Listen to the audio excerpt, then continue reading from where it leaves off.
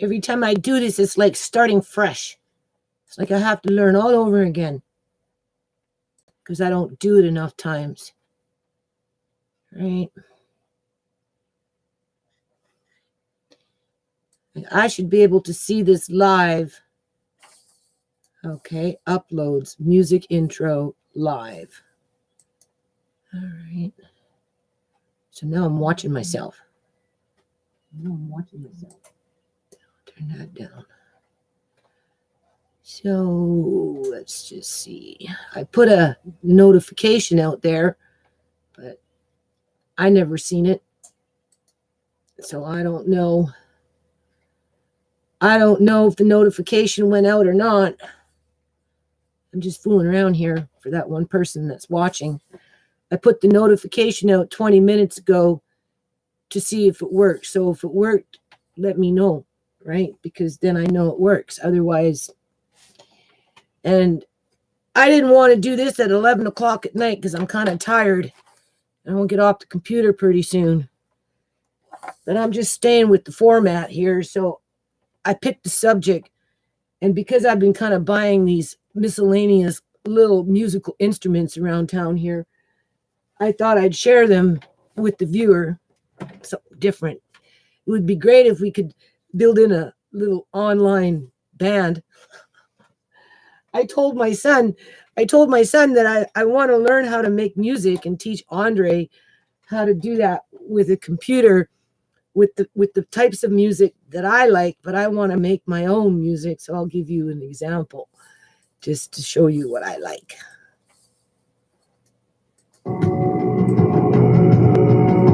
I can get with that. That's the kind of music I want to make. Right? So, because I want to make music like that, and I'm looking for different sounds, hold on. And because I'm looking for different sounds, I have that little mouthpiece, right? It normally is the hillbillies that use it. But as I listen to this type of music, I notice that there's actually quite a few ethnic groups that use that mouth harmonica that's kind of like it's got a little circle with two lines, and then you flip this thing that goes back and forth, and that's how you get that sound.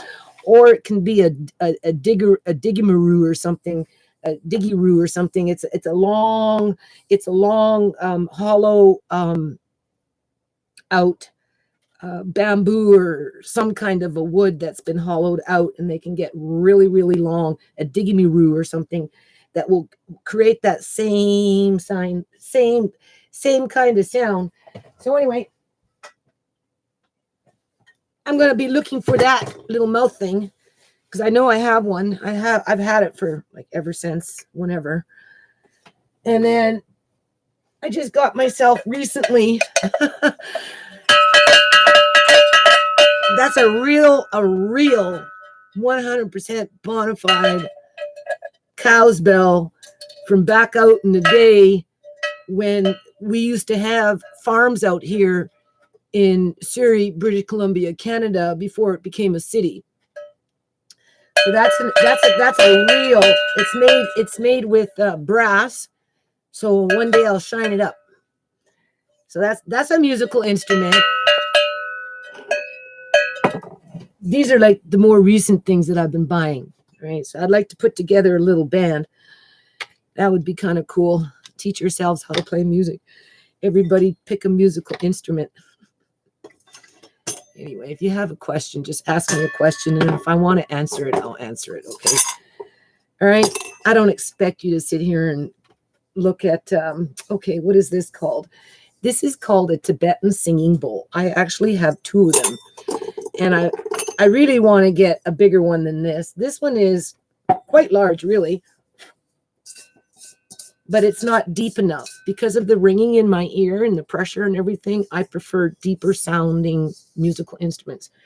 But as you can see, so I have that, and then I've got a smaller one. So before I finish this video, I will attempt to play it for you. Right? And I took away Amari's toy.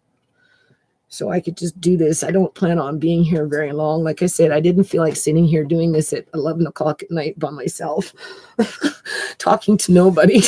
At least there's 2 people watching during the day. Right? I mean, it could be my enemies, but it's okay. They can go home and think about Tibetan singing bowls, official cowbells, and I don't know how to pronounce the name for this, but I thought this was cool. So I actually ordered one for Andre and I ordered one for me off of Amazon, right? Mine, I can put mine directly into an amp. So Andre's no, but I can. I have, see, there's the part for the amp. So I can connect this to an amp that I have in the house.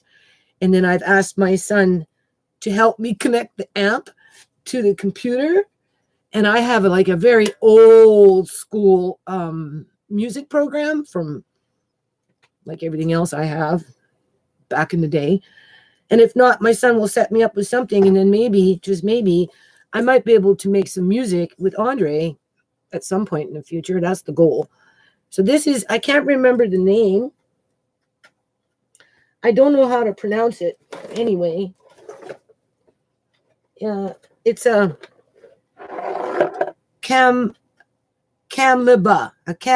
I'm probably pronouncing it incorrectly. It's Kalimba. And what it is it's an African musical instrument. It really comes from Africa. I think it's East Africa. I'm not quite sure. I just know it comes from Africa. And it's almost the equivalent of a little mini piano. And it sounds so beautiful, like so beautiful. This was in my Facebook days when I was cruising Facebook Market. And I came across one of these on Facebook Market. Then I Googled it on YouTube. I heard what it sounded like, and I really, really liked it. And so I ordered it. And now I have 2 of them, with one of them that can actually go into an amp, so that at some point I can put it onto my computer and create music. So this is what it sounds like anyway. I don't really get time to practice it, but besides that point. Okay.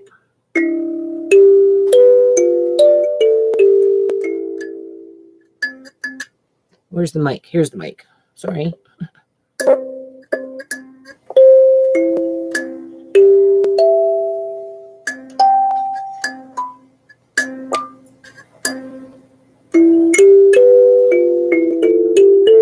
You get the point, right? I mean, obviously they tell you to practice every day so that your fingers get that, because you have to go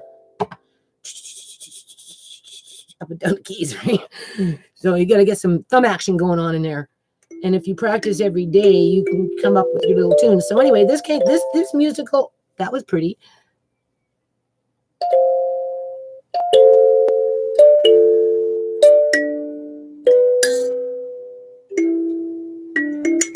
Okay, so anyway, I thought that was kind of cool, right? And so they're actually quite affordable, really, when you think about it, in terms of, well, because this one plugs in, I maybe paid, I don't know, $70, something like that, online, free shipping. So, and I got one for Andre, which was maybe $10 or $20 cheaper, simply because mine's a little more complicated. And so at some point, I am going to try and write music and publish my own music. It's when I'm like Superwoman, right? I'm going to just, don't worry, I'll have this all cooked up in a day. So anyway, speaking of cooking, again, question. Hello, hun, Kathy, Binny, how are you? Well, I'm just hanging out, trying to just stay connected. I don't feel like taking a video.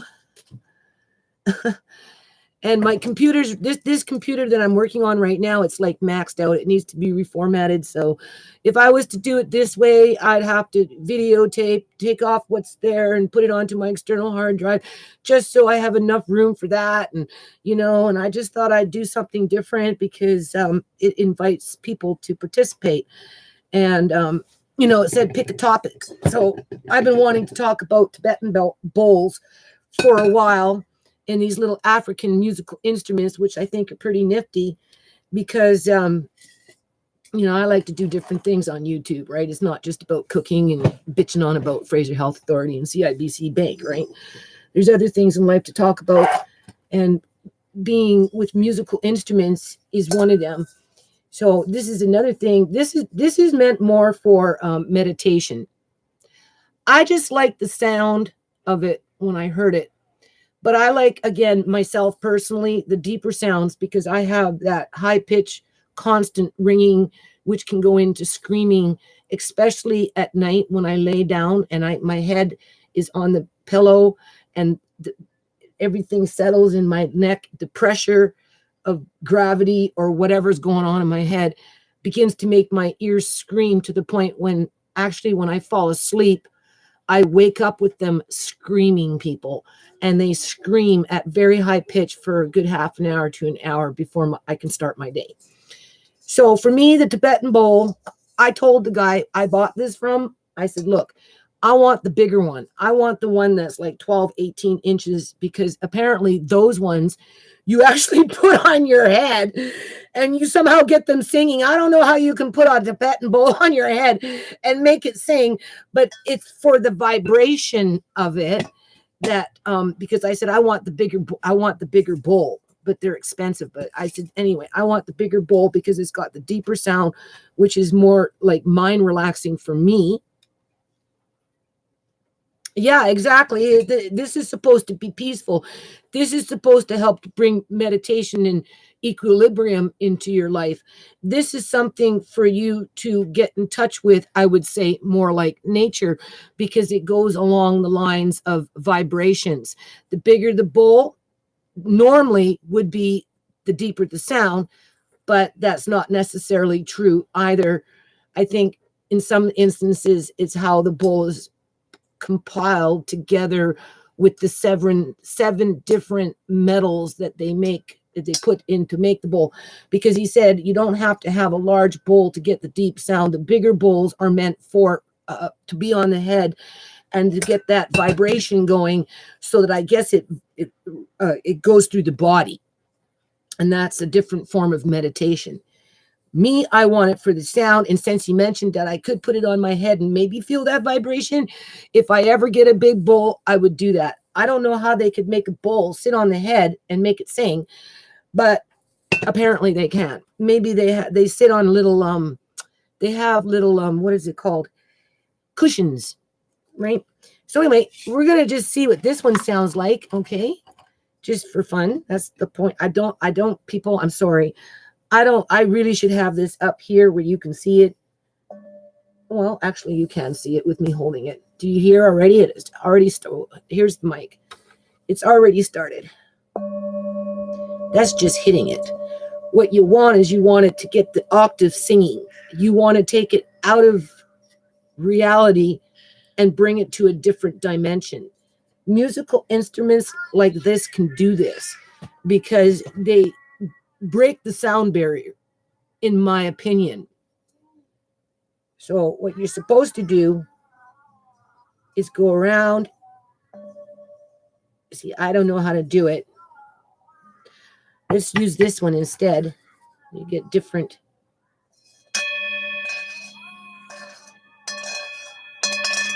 No, I can't.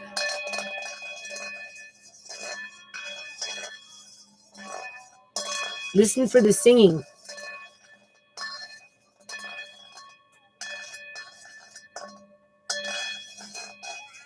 Okay, I'm not doing it right. Obviously, I need to practice, but this is maybe something I see Kathy here. She's talking about juicing, and since she's been watching my videos, this is good that you're juicing. Now, I'm glad you brought that up because I did go to the pediatrician today, and you need to keep this in mind, Kathy. Sometimes too much of a good thing isn't necessarily good, no matter, like, my intentions as you watch my videos with Amari with the food situation. I mean, like, I'm racking my brains. So anyway, we are getting a nutritional team. To what degree and where they're job descriptions are in that nutritional team. I don't know yet. But the pediatricians, the first one and this one, I have two now, right? But the other one's gone. Have referred Amari for a nutritional team. And because Tisha and I had went today to meet with this new doctor, and we were telling him what we were feeding him, and because Amari is underweight, the juice that I make Amari, he only wants me to give him 3 to 4 ounces a day, no more than that. And of course, my feelings got hurt. My heart sank because by him saying that, even though he was intrigued, he's seen what was in the bottle. He goes, "What's in that bottle?" Because I brought just straight up watermelon juice with me today. I guess he's not familiar with seeing watermelon juice because most people don't do it, right? And I'm like, it's watermelon juice, and I really like it because it's easy to combine with pineapple. You can combine it with the roots juices, with the beets and the carrots, providing you pasteurize. And, it's all for the nutrients and the nutrition around the juice itself. But because Amari is underweight, like he's even saying that he shouldn't be drinking milk per se, as he should be specialized formula to help bring him back up to his, like not back up to his, because he's never been up there, right? But bring him up to a higher weight so that when he faces surgery, whether it's eye surgery, hip surgery, or whatever surgery, right? He's got that body fat on him because juice isn't giving him the body fat. And I knew that. And that's why I was trying to bring in the beef broths and all that other stuff. But at the same time, and then he goes talking about, well, you need to give him like whole wheat pasta and stuff like this. And I'm like, yeah, okay. But if one person one day is giving him pasta and we don't know about it and we're giving him pasta, 2 times pasta is a problem if he can't relieve himself with it, So anyway, he gave us some kind of, I'm starting to whine here. He gave us some kind of laxative that is in a liquid form, and it can go, we start at 15. If it gets runny, you slow down on it. If it's not working, you bring it up to 25 max. And that's supposed to make it so that he can basically eat anything, including whole wheat pasta. To what amount, I don't know. And I would still be skeptical around it, right? Because too much of a good thing isn't necessarily a good thing, right? If it's applicable to juice, it's applicable to pasta, right? So through this nutritional team, hopefully we'll find that fine balance in there for Amari. So as you're juicing for your children, I mean, just whatever you do, I really can't stress it enough. Pasteurize your root juices for sure. They even recommend, for especially small children, pasteurizing orange juice, right? Because in transport, oranges can become contaminated. So obviously you wash everything, but I mean, for the actual fruit itself to be contaminated, it would have to actually be growing in cow manure for the pulp and everything to be, I would think. But definitely make sure you pasteurize that 190 to 1 minute at least. And for your carrots and your beets and all that. And then this way, as a mother, 100% safe that your kids are good to go. And if they're active and going, I mean, when you're in passing with your doctor and you can say, hey, I met this lady online and, she's, got me onto juicing and I'm juicing this and I'm juicing that. And, I find that I'm giving my kids all this juice, just in passing, ask your physician how much juice that you should be giving to your particular child at their size and age, just so that you don't fall through the cracks like Amari and us, where we're thinking we're actually helping him when in fact, we need to now cut back on the juice and start bringing in, the I wouldn't say more nutritional, because juice is nutritional, just the more dense food, the denser food. But if you can't relieve yourself, you're not going to, it was a risk between having his intestines explode, people, literally, or trying to ease the digestion process. So not only are we looking at balancing out his nutritional needs, but we got to make sure that we're doing it where his body can actually digest it. So that's what I'm going to be focused on with this nutritional team. And I'm going to continue to give him juice, just not so much. And as soon as he said, we're going to cut back on the milk, I'm like, whoa, wait a minute. What about brain development? They need that homo milk, the fat in the homo milk for brain development. But he's replacing the homo milk with specialized Jabernese. Hello. I'm keeping it open. This is just a test, really. If you want to join, tell me, and I'll see if I can hook you up. I'm willing to try it. I've never done it before, right? And we just got a little off there. Well, I would have told you anyway about what happened today. So what's going on with him now? We'll give him some toys. Give him back his noisy toy. Put it back on? Yeah, put him back on. He's gonna give Amari his little play toy, so it's gonna get ding ding ding in the background. He obviously wants to play with it. They need milk for bone growth, right? Well, yeah, they need milk for bone growth, but between the ages of preferably babies should be breastfed for 1 year on the breast. Preferably. Babies should not be given cow's milk for the first year of their life. That's why they created formulas. But the best for the baby is breast milk. After 1 year, you can start introducing homo milk. Ideally, you want homo, the richest of the kind, 3% fat, because that fat develops the baby's brain, not only the bones, but its brain development, right? Just like, I know it's kind of off topic, but he asked me if Amari had all his immunizations up to date. And I said, show him that he can play on it. I'm going to have to bring him here or something. Well, he has to fuss now, right? I should have just left him playing with his toy. He would have been fine.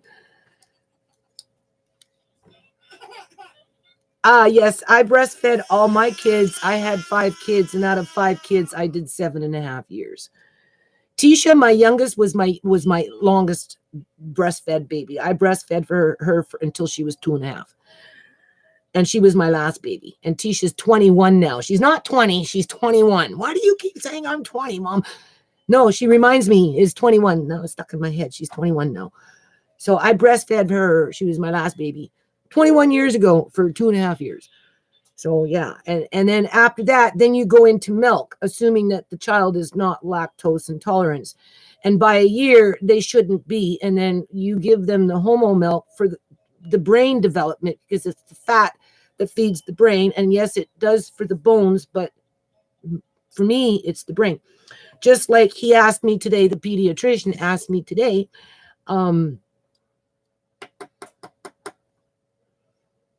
if Amari was up to date with his immunization.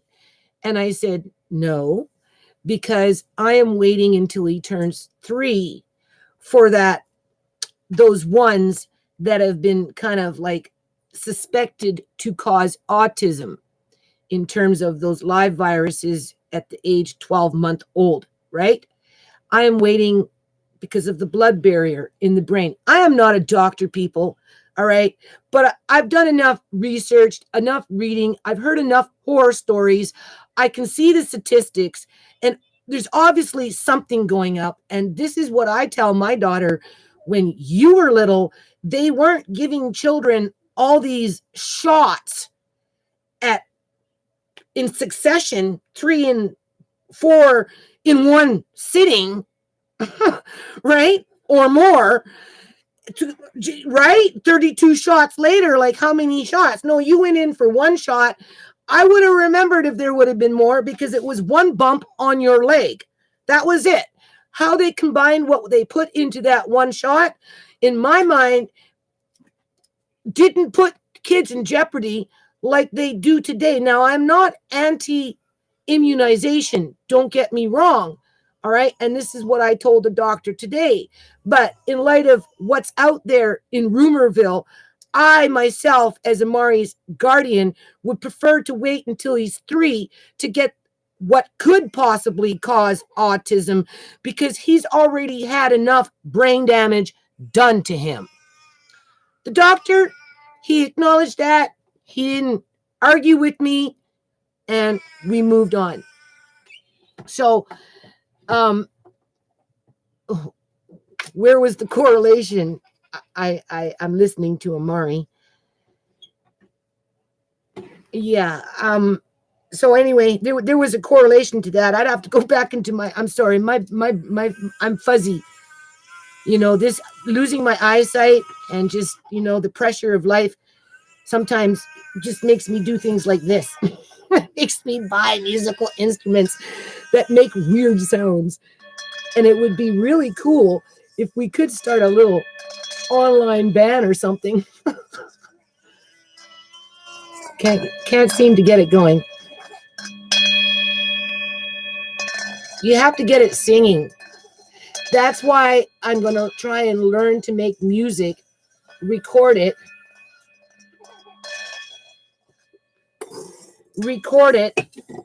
so you don't have to sit here watching me look like a fool, right? But it might be something you'd like to buy for yourself in terms of meditation. You're supposed to go off really somewhere and do it for yourself. But I didn't really buy it for that purpose. I bought it to get it to sing. And then once it's singing, I want to share it with the people who care about my family. That's what I want to do. And then if it inspires you to go off there and... Anyway, I'm not doing it right.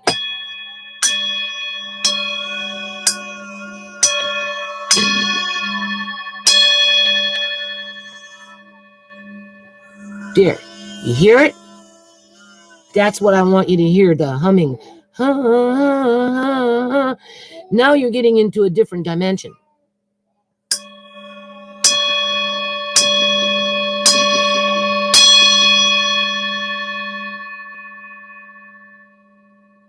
Right there. Do you hear it? It's way over there, people. It's not right here. It's moved itself from here to over there. Okay. And then we've got the little one. See, I don't know how to do this yet. High pitch.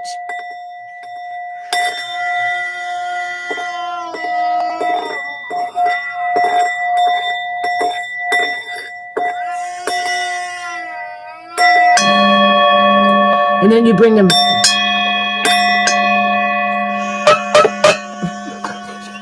We know what that was. Let me go get my grandson.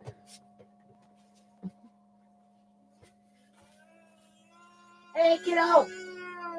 What's going on? Come on. Oh. Yeah, you play us a tune. Andre. Come on, Andre. We want to hear. Andre is playing his little... Yeah, get Uncle Marcane to pronounce it out. He knows how to pronounce it out better than I do. I don't know how to pronounce it out. It's an African musical instrument. Uh-huh. What are these little holes for? Well, those little holes are to help make sound. So anyway, let's see if we can make some music here, people. 1, 2, 3. Okay, let me put this down so we can see. What's going on? Amari wants to be in the show. There you go. Come on, Amari.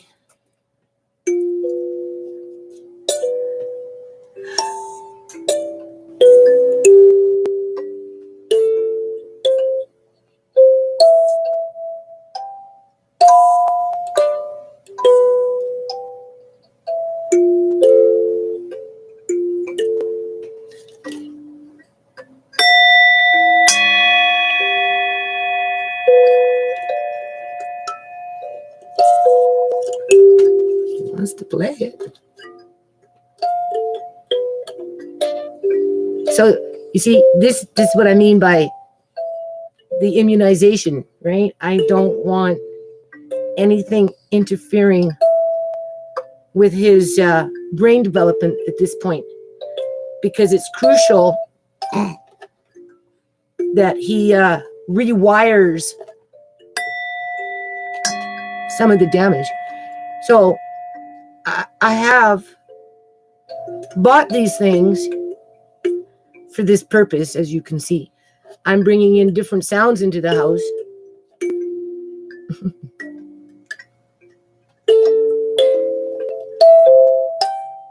To open up, I guess you can say,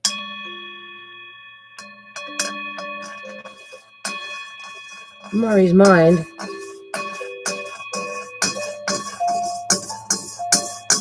His mother taught herself how to play piano.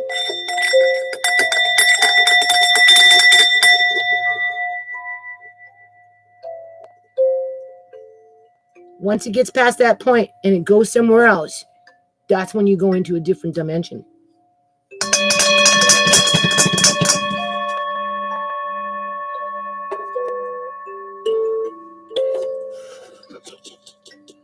You want to try?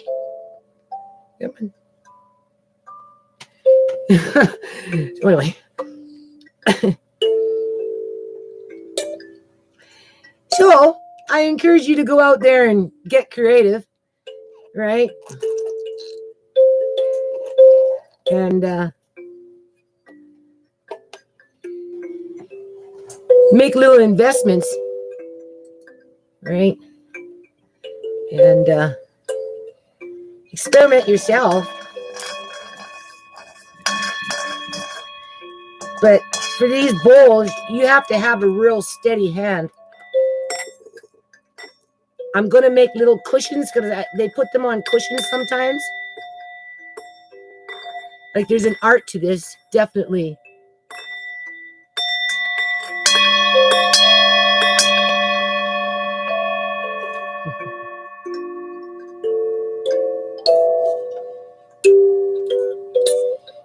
Almost like a little piano.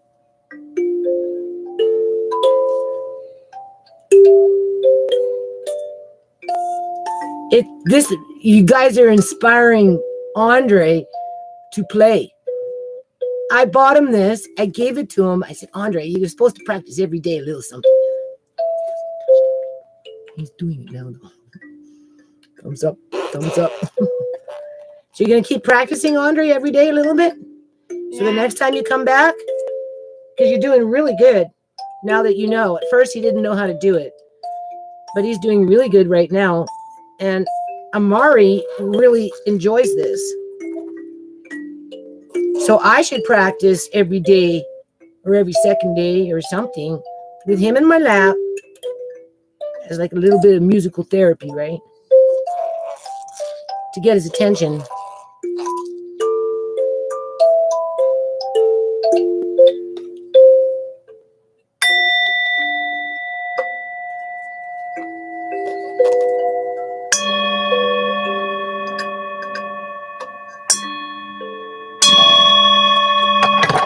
And then they have this kind. I don't know how. This one here goes on the outside. This one goes on the outside. And because it's softer, that's when this one is meant to give you that hum that goes into a different dimension. I don't know if it goes into a different dimension, but you just get a different, you get into a totally different vibration level, right? Well, I'm gonna put this away now. That's fine. Okay, good, eh? Yeah. So I really should practice these things before I come online with them, eh? That's okay. I just wanted to do a little live, invite some people in, right? I'm experimenting, right? If somebody wants to join me, tell me here, tell me what to do, and I'll hook you up. I think if you want to join me, you let me know, and then I go into my Gmail, I think, and then I give you the link to whatever I'm doing here, and then you come in that way, and then you're in. So that's what I'd like to see happen one day, because honestly, I don't like sitting here talking to myself. And normally when I'm doing this stuff, which is I just do the books, right? I just read the old 100-year-old books just to get a feel for what's going on. And I like doing stuff like that every now and then, because it takes you back to the old language of how people used to express themselves in written form. And it's just how dumbed down we are as a society today, because we don't talk like how they used to write, and that's why it sounds funny to us in a different sense, because we're not, and then there's these, because we're not used to it, right? And that's all social engineering and programming, because like back in the day, before there became too many people and it was easy to what is it called, manage the crowd, the government didn't feel threatened with an educated population. As a matter of fact, they wanted an educated population. So what kids are doing now in, say, for example, grade 4, they would have been doing in grade 1, grade 2, right? Like, we're so far behind in our 10%, 90% of our intelligence. They say you only use 10% of your brain. The rest of it's buried and dormant. Well, that 10% is probably down to 7 or 8 for the majority of the population, because we're not being educated like they used to. So these are like they go with the Tibetan bell. That's what they do. I don't really know how to use them. Here, you want to play? He's been fussy. Last video, he was having tantrums. He came home having tantrums. And he's been fussy. See, he's trying to use his hands, people. So that's good. The pediatrician wants to have him go back to the eye doctor, because he seems to think that Amari should have a patch on the bad eye. No, on the good eye. Because he feels that if he puts a patch on the good eye, the one that goes more in will be more apt to try and exercise itself more to correct the pulling. But in terms of surgery, he wouldn't have surgery until at least age 3, from my understanding.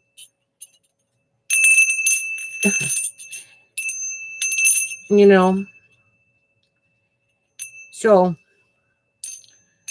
I'm just trying to grin and bear it right now, because I really do worry about my grandson. I actually wanted to, and I forgot to ask, and I'm going to write it down. I wanted to ask the pediatrician, for children that are born like Amari in a developing country, like a third world, right? Like, Africa, places like that in the bush, right? Where there's like one doctor for every 100,000 people or less than that, right? And I'm not picking on Africa. I mean, it could be India too, right? It could be anywhere, China, anywhere where there's a high population of poor people, where they have limited to none medical care. And those children that are born like Amari, what happens to them? How do they live their lives without hip surgery? How do they live their lives without eye surgery? How do they live their lives without having their tendons clipped, just so that the hand can open up a bit more, or the eye it will never be straight, but it won't be so this way. If they clip something to release whatever it is that's on his right side, that's pulling everything this way. What happens to those children? How do they live out their lives? Because sometimes we're just talking here, people. You know, I question, and it would be my job to question it, my responsibility, my duty, whatever. If Shimei was here, I would tell her to question it. Like, just because a doctor tells you something needs to be done doesn't mean that it's written in stone and it's an absolute, especially when you're dealing with defensive medicine. And currently in the Western world, that is what we get, is a lot of defensive medicine.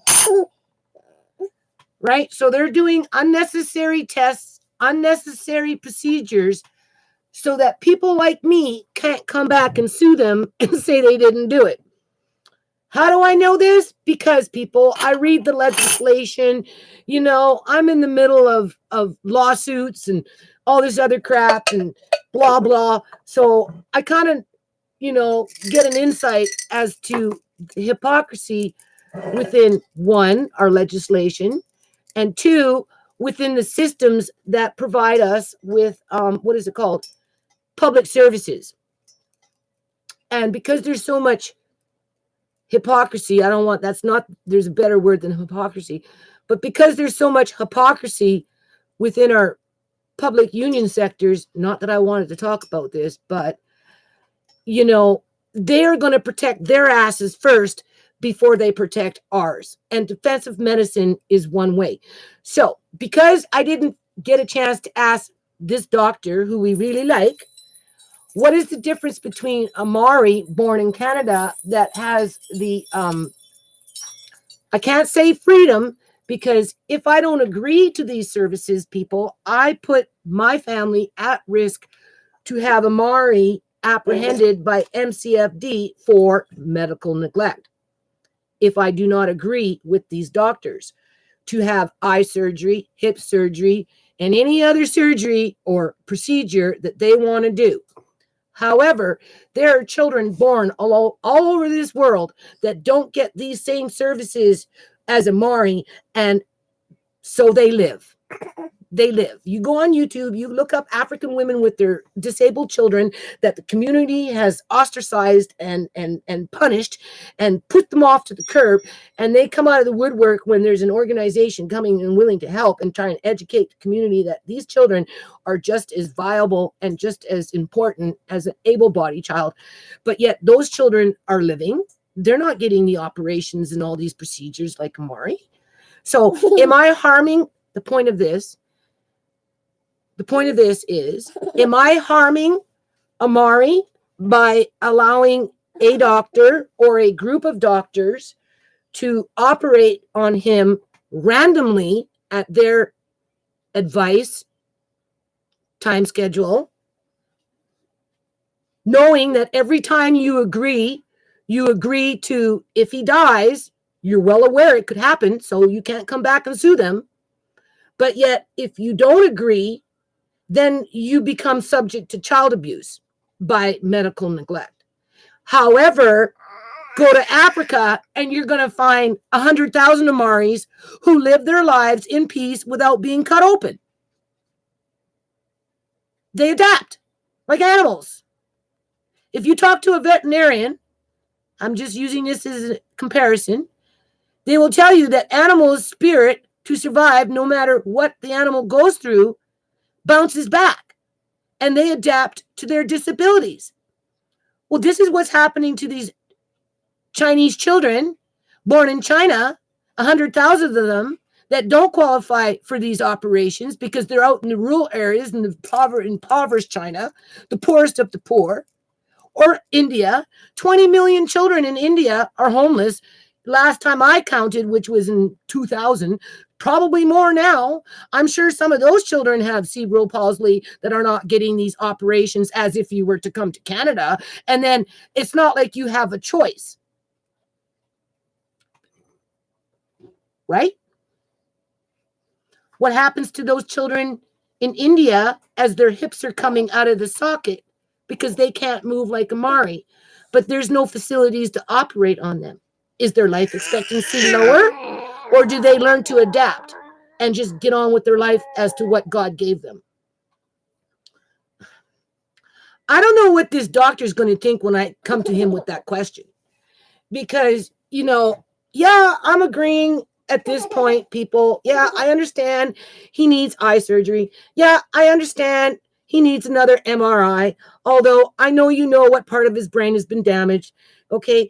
I also understand that you recommend hip surgery and that it's the best thing for him based on your Canadian professional experience, right? Because in Africa, they don't have hip surgeries. In China, they don't have for the poorest of the poor children.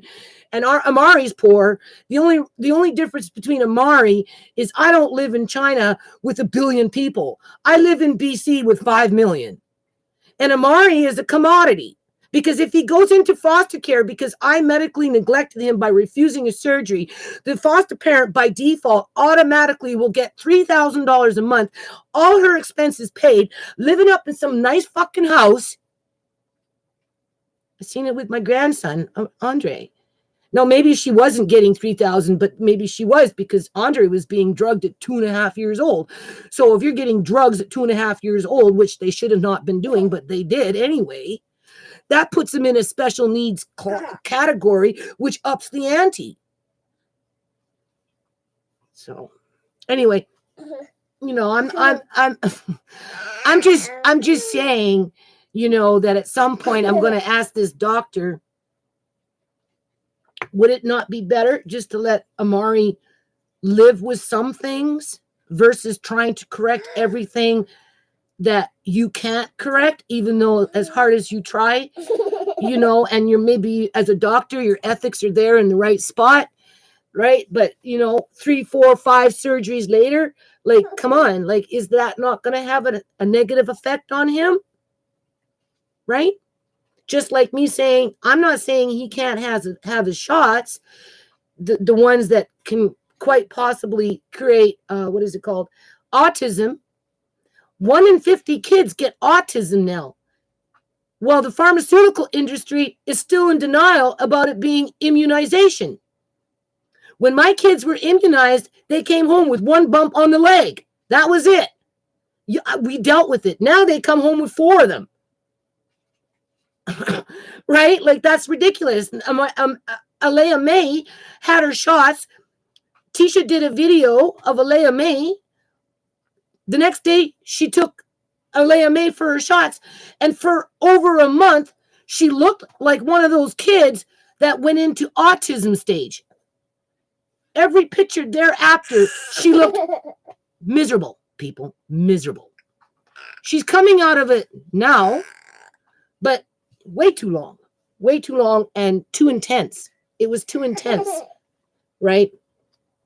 So anyway, that's just so anyway, we got a nutritional team coming to work with us, right? With the physiotherapist, and he's going to get a little bit of speech therapy and all this therapy, people.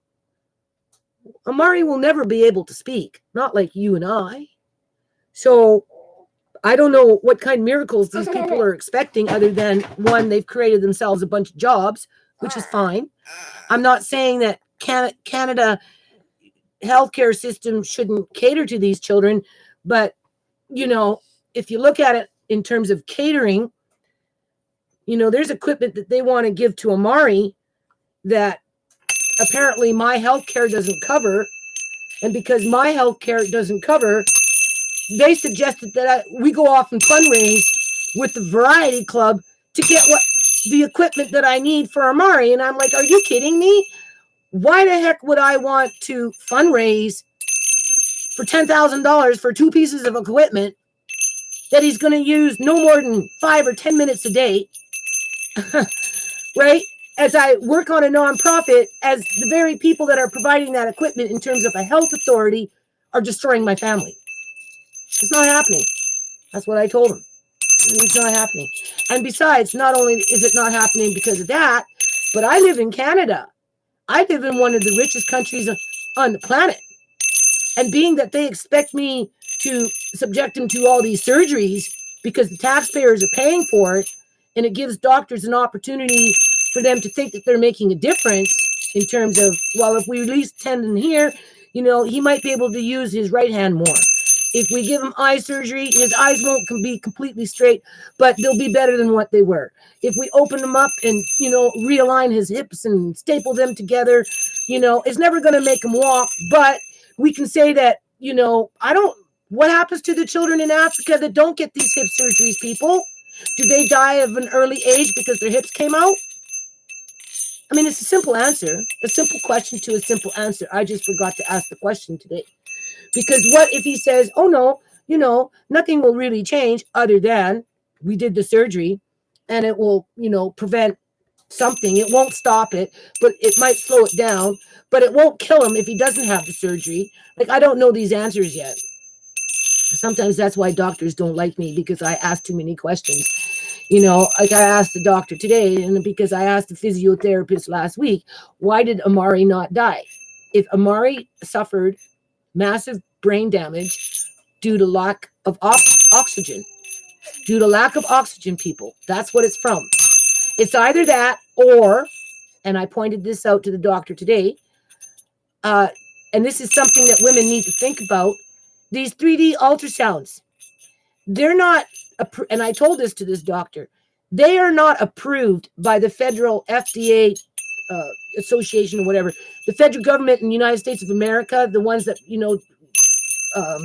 approve devices and medicines and all that stuff. 3D ultrasounds that private clinics are opening up and making it seem like a lovey-dovey experience that you share with your hubby to go see your baby in a 3D format is not been proven safe by the federal government and their Food and Administration Department. And if the United States federal government hasn't proved it, have not approved it, then you can guarantee the Canadian government has not approved it. However, these things are still allowed to exist. So what I'm saying is, Shimei had one of them. I told her not to have it. Oh, but we get to see the baby in 3D, Mom. They're going to give us a little thing with his heart beat so we can hear it. It's something that I want to do. Because she felt that if she did that, the man who impregnated her would somehow love her and the baby more. That's why she did it, people. Because she was looking for approval. Because she felt that if he came and looked at it, he would quit selling drugs and be more faithful to her and the baby, considering that she had decided to keep the baby. Okay? So anyway, they went off, and I don't know if he was there, but I have the actual 3D footage, and I've guesstimated the time to be 40 minutes. Now, is that 40 minutes of 3D screening throughout the whole thing? No. There was a few minutes in there where it was just your average ultrasound. I'm not the qualified doctor, but I have given it to the pediatrician for them to analyze and to look at it, because if the thing about 3D ultrasounds is they heat up the brain. They heat up. They cook the baby. That's why they're not allowed to do it no more than 30 minutes. In terms of the 3D. In terms of the actual ultrasound, I don't know. All I know is that Shimei's ultrasound that was listed as a 3D was a 40-minute freaking video of probably 98% 3D and 2% regular ultrasound. And these are not approved in terms of, like, they're private clinics. She had to pay for that service. Is that what injured Amari? His brain was cooked because he was under a 3D ultrasound, and maybe the technician wasn't qualified enough to catch what they were doing? I don't know. That's for the doctor to figure out. Right? Did he get injured at birth because Shimei went to the hospital 2 times in a row, and 2 times they sent her away without checking the baby's heartbeat, and by the 3rd day, boom, bam, bing, all of a sudden she's in a C-section, and he comes out like this and flipping, which tells us he had it at birth. So he got it before or after? Like before or right at birth? No, after. He didn't get it after, people. So because he got it then, where is it written in stone? And I'm going to leave it on this because I don't want, he's fussy, right? Just things to think about. That's all it is, people. You know, like you can't let other people, just because they're in a position of authority, to bamboozle you to make mistakes, because they're not always necessarily got your best interest at heart. I think watching my videos, you can see that. So, you know, just because we live in Canada and we can spend $1 million on Amari in terms of all these surgeries, right? What happens if we didn't do them all? What happens if we settled to do some and maybe not others? Because maybe for him, it's just better to live and just not be cut open, people. Like, how many times in a lifetime do they going to plan on cutting him open just because they can and the taxpayers will pay for it? Where do I come in as a grandmother, or if I was Shimei, saying, hold on a minute, maybe I don't want you cutting open my son. Is it completely necessary? What happens to those children in these third world countries that have no services? Absolutely none, because you can't find a doctor for freaking 10,000 miles. One doctor for every 100,000 people. I'm sure there's a few children in there like Amari that are receiving absolutely no services, and they're not faced being cut open, but maybe they're living their lives in full without extra added pain, and then using dope to cover up the pain. Oh, he's in pain. Well, I wonder why you cut him open. Oh, that's okay though. We have to. What says, where is it written in the stone that it has to be done? This is why doctors and people sometimes don't like me, because I come with these hard questions. You know, where is it written in stone? Don't talk to me about defensive medicine. I know all about defensive medicine. I want to know why he didn't die when he should have died. What stopped him from dying? Major brain damage, major lack of oxygen. How long was the oxygen deprived from his brain before it became damaged, but he still lived? Physiotherapist doesn't know how to answer that question. She said, that's a tough question. I've never had a question like that before. Well, probably not. The doctor, well, I'm just getting to know him, but he knows I'm on that path. He know, because I mentioned it to him. Right? Like, why did he not die when his brain was deprived of oxygen, but yet Shimei died? It only takes 3 to 4 minutes, lack of oxygen, to kill a brain. Right? And once the brain is dead, the homeostasis in the body cannot exist. There's got to be some kind of brain activity in there. So what? Did he have 1 minute lack of oxygen, and this is the result of 1 minute without having oxygen at some point in either his stomach, maybe with the 3D, they cooked his brain, or when he was coming out? Or was it because he used to fight all the time with freaking Julian all the time, screaming and hollering, hyperventilating, running up the stairs, crying? Now, I had a very stressful pregnancy with Sierra. Her father actually beat me when I was 3 months pregnant, and I almost lost Sierra. I bled for really bad, went to the hospital. They said, oh, you know, you're going to lose the baby. Otherwise, go home and rest.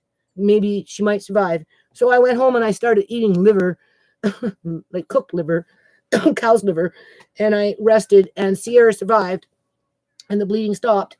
But, you know, Sierra suffered, you know, learning disability from that. And what do you call it? What I'm trying to say is I hyperventilated with Sierra and, you know, obviously was beat and, you know, argue, whatever. And she didn't come out like this. We warned Shimei to calm down and stop fighting. But this guy just kept coming around and wanted to fight all the time. But I don't think it's the fighting, because, and I'll tell you, this is a doctor that I had when I started out with my kids. He said, children are like parasites. He says, once they attach themselves onto you, whether you eat or not, doesn't matter. They're going to suck the life out of you. They're a parasite. They're going to take what they need out of you. Right? That's what children do when they're growing. So the womb protects the children from violence and all that in terms of course, if you get kicked in the stomach, that's a little different. But if you're out and about arguing, hollering and screaming and all that, and, and that's not going to make your child, I don't think, suffer from brain damage, because women and men fight all the time. We'd have a lot of brain damaged children out in the world if that was the case. Women can go through great trauma, being natural disasters and, and earthquakes and, and fires and, floods, and they're pregnant and their children come out okay. It doesn't necessarily have to be violence against a person. It could be just, all of a sudden your house is being washed away in a flood in Louisiana. I'm sure there's some pregnant women out there that are going through that at some point in the last 15 years, and their children didn't come out with cerebral palsy. The brain injury that's going on with Mari is more specific. That's why I'm bringing up the 3D ultrasound. So if you're watching this, seriously, man, you should be not having no 3D ultrasounds. It's enough that children are being subjected to ultrasounds just with their standard of care in terms of like prenatal. And even then, some of these ultrasounds are like ridiculous in terms of the numbers of them, because it's that frequency, people. It's that frequency. Right? We all know that it's good frequency and there's bad frequency.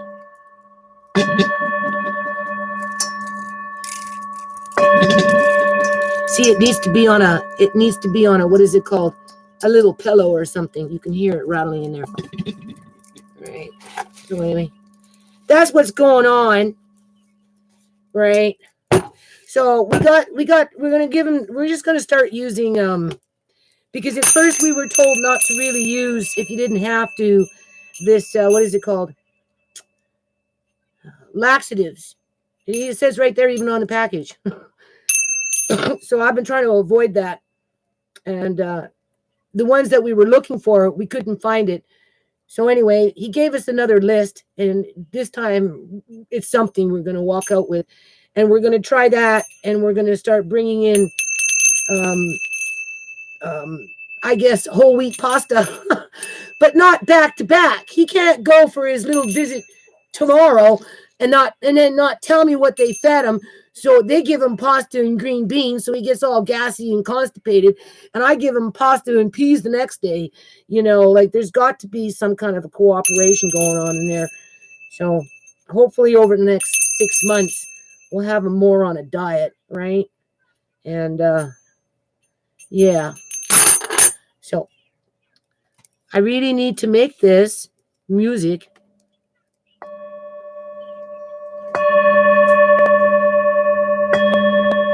Learn how to record it.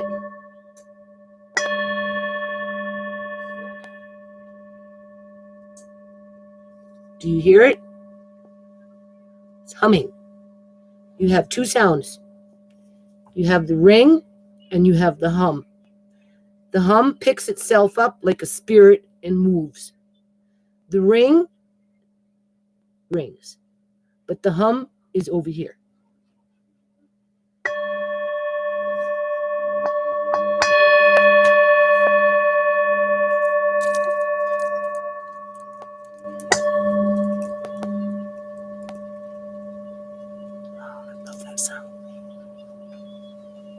I could sleep with that sound, people.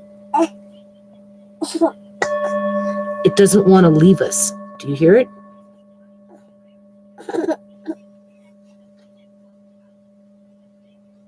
it's so beautiful.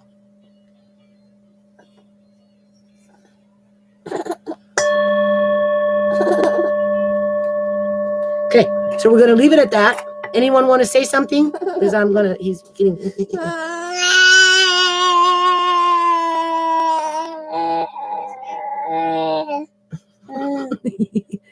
What, you hear it? Do you hear it?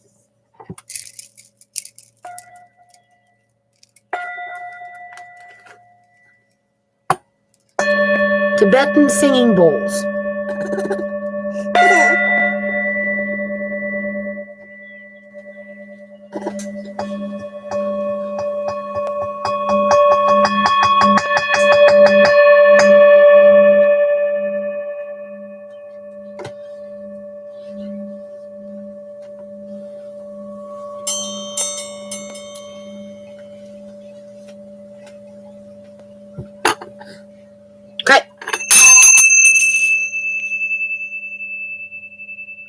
That one's doing it too. Did you hear it?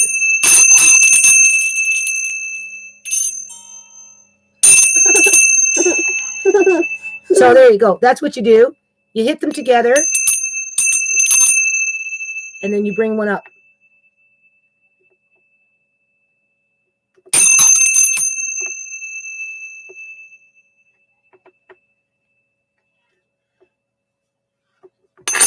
That's what my ears sound like all the time.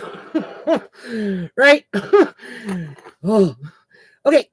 I'm going to turn this off, and we'll do it again with or without something else. With this or maybe something else. Obviously, I wish I had more time to practice, but I don't.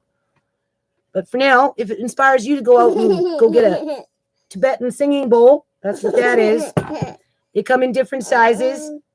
Oh, speaking of that, the fella that sold me this is important because I promised him I would do this. When I bought them, and speaking of impoverished children, people, like here's the perfect example. The children of Tibet, you know, it's not a very rich nation, right?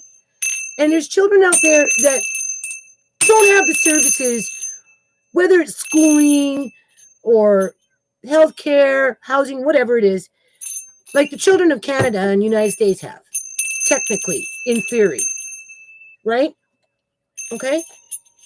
So for every bowl, and I told him I would promote these bowls over a period of time to help him with helping his charity for the Tibetan children. Because every time you buy a bowl, a little proceeds go back to Tibet to help the children. And I believe that because contrary to popular belief, there are actually quite a few people out there that do care about kids and don't have an ulterior motive in terms of what happened to Shimei or Andre or Uncle John. It's not even about kids, just it's the commodity aspect. It's called contemporary slavery. And what contemporary slavery means is that the general population are enslaved in a contemporary modern sense where we don't necessarily realize that we're enslaved. But when you look at the root legislation and how these things are used against us, and we have no way of defending ourselves, that's when it becomes contemporary slavery. So anyway, what I purchased, I don't know how much, I didn't ask, but a little bit of that profit, I guess you could say, went to the children of Tibet. And I told this fella, because I'm looking for a big bowl now, right? Because I work on a nonprofit and I'm going to promote this stuff in terms of these types of musical instruments. And at some point, you know, I'm going to hook them up so that we can help the children of Tibet. Right? Whether it's bringing in these necessary surgeries that Canadian-born children have access to where maybe children of Tibet don't. Presuming people that it's not defensive medicine. There's a big difference between medicine and defensive medicine. And in the Western world, so much of it is defensive. So much so that, I don't know, it puts a lot of people at risk because that's the card that they're going to try and play with Shimei. For anyone that knows what's going on with Shimei, that is the card. When I take who I'm going to take to court, Andrew the Dragon, are you watching? I'm coming after you, Andrew. I know you're going to come to me with, oh, she's frivolous, she's scandalous, and she's vexatious, and she's a waste of the court's time for the second time. And then when he can't worm his way out of that by playing the same old card, the next card will be, well, we were just being, you know, what is it called? Well, it's called defensive medicine, right? You know, they were taking the extra precautions so that I couldn't accuse them of killing my daughter in the basement, even though she had died an hour and a half before they took her out of the house. I'm going to go because he's getting fussy. All right. All right, people. Have a good night. And I don't know. We'll do this again at some point in the future. Peace out. Here. Yeah.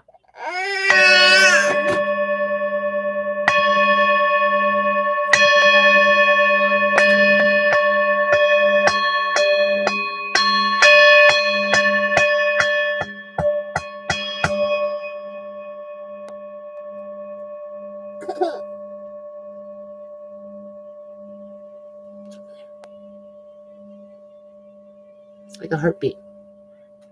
Hum, hum, hum, hum. Two different sounds, people. One is over here and one is over there. These things you can get really singing. You just have to know how to do it.